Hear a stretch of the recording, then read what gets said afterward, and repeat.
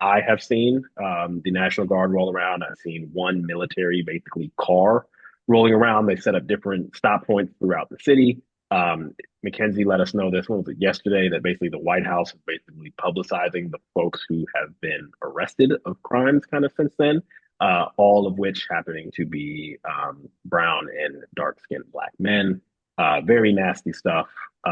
Henry, overall, just what's I think your thought been? I think as someone who you have lived in DC for a long time, I live outside the city of DC and I grew up here. So I know this is personal for both of us, given that this is a city that we both love. Um, Overall, what would you say that like your overall thoughts are on kind of this past week? Bruh.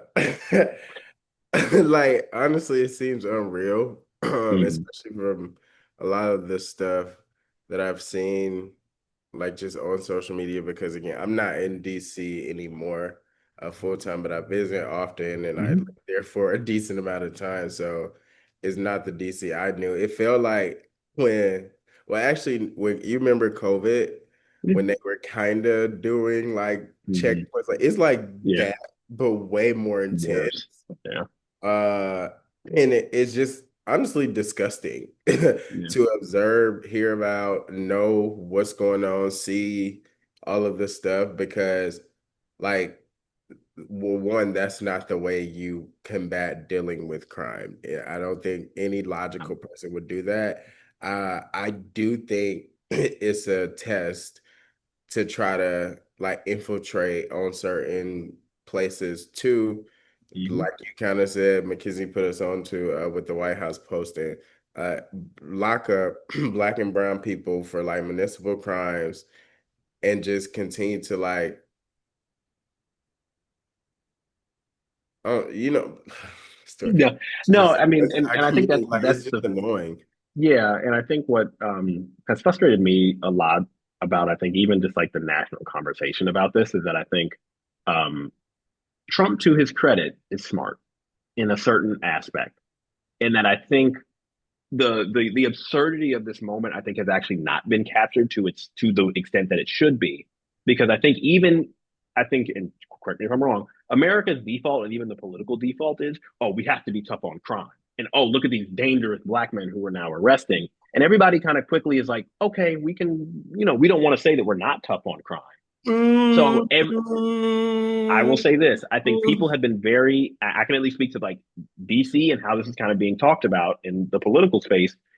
People are making it seem as if this is like oh, well, we can't say that we're not tough on. It's like people are trying to, Trump is purposely making this a tough on crime thing, knowing that kind of everybody can get behind being tough on crime and, oh, look at these dangerous black people. That is the way that I have seen the conversation go in terms of like actually not people not understanding just how absurdly racist this is Well, exact. how Thank you, thank you, right thank you, right thank you for so saying so that. that all goes to that I think people are not treating this like it is it also doesn't there's no evidence that says that more police leads to less crime that's just there's no empirical evidence that links those two things um, all the while Trump is doing things that will only incentivize crime based on that what we talked about before we recorded he's cutting food stamps he's cutting health care so more people are now going to be without a social safety net which means that for them to have any type of economic security they might have to do it through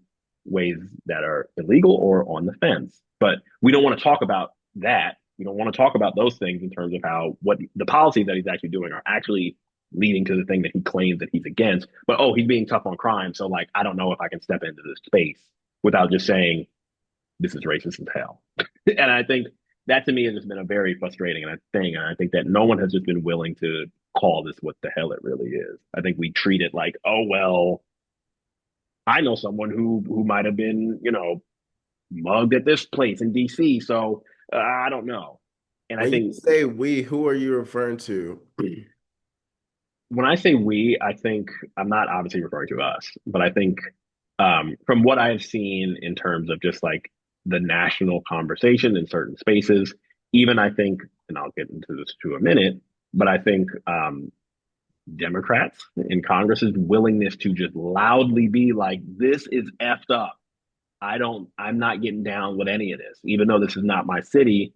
one, I don't want him doing this to where I reside in. I've seen some people do it where there's been an alleged threat, like New York, Baltimore, Chicago. Those mayors have been very much so out there saying hell no because they know that this is a threat to them. But I do think that collectively, the party and Democratic leaders in general need to call this for what it is and stand on that. And I think that there's been a hesitancy to not do that. Why is that? I don't exactly know, but I can presume. And I just think it's like, call this for what it is. It's petty, it's racist, it's not actually, it's performative, but okay, he's trying to say that he's tough on crime, but this is the exact opposite of that. I have like several thoughts, but one, the Mm-hmm.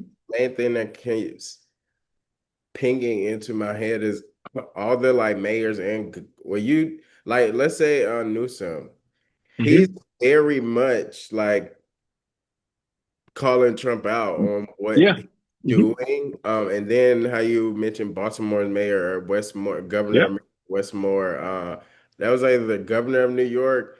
I think that's where it becomes all conflated a little bit with like all the stuff that's going on because Mm-hmm.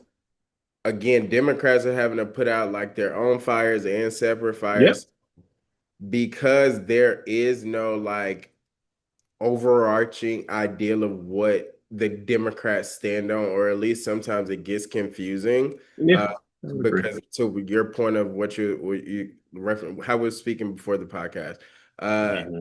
and we will speak to like the mayor of DC, like she's not for this, and I'm not gonna say like her idea of crime is the same as Trump's or like Mm-hmm. No. she's did she bring more police into the city or did she over police DC or whatnot? Like, could she have been tougher on crime or done certain initiatives to kind of, you know, And to be fair to level out her, the playing field crime is at a low. Like like compared to other compared to years? previous years, right? Like Right. yeah. So So for like me, that's this is when it not like a becomes national. This is not like a problem like on a large right, scale. Worth right. So this. that's Yeah, when that's it to be clear. becomes what you said with like people not calling it out or they not calling it out, whatnot. I feel like people are willing to speak up more Hmm. now. Hmm. And I think that's the problem in all of this in terms of why we in this situation to begin with. Democrats like to play like by the secret white or black book or rule book that, nice politics type of thing. Hmm. And we've seen that this man kind of Gavin Newsom said it in his like little he did an Hmm. interview or something yesterday Yeah, or he did. Yeah. sometime this week. But point where he was basically saying we have to stop playing this safe game Yeah, because I agree.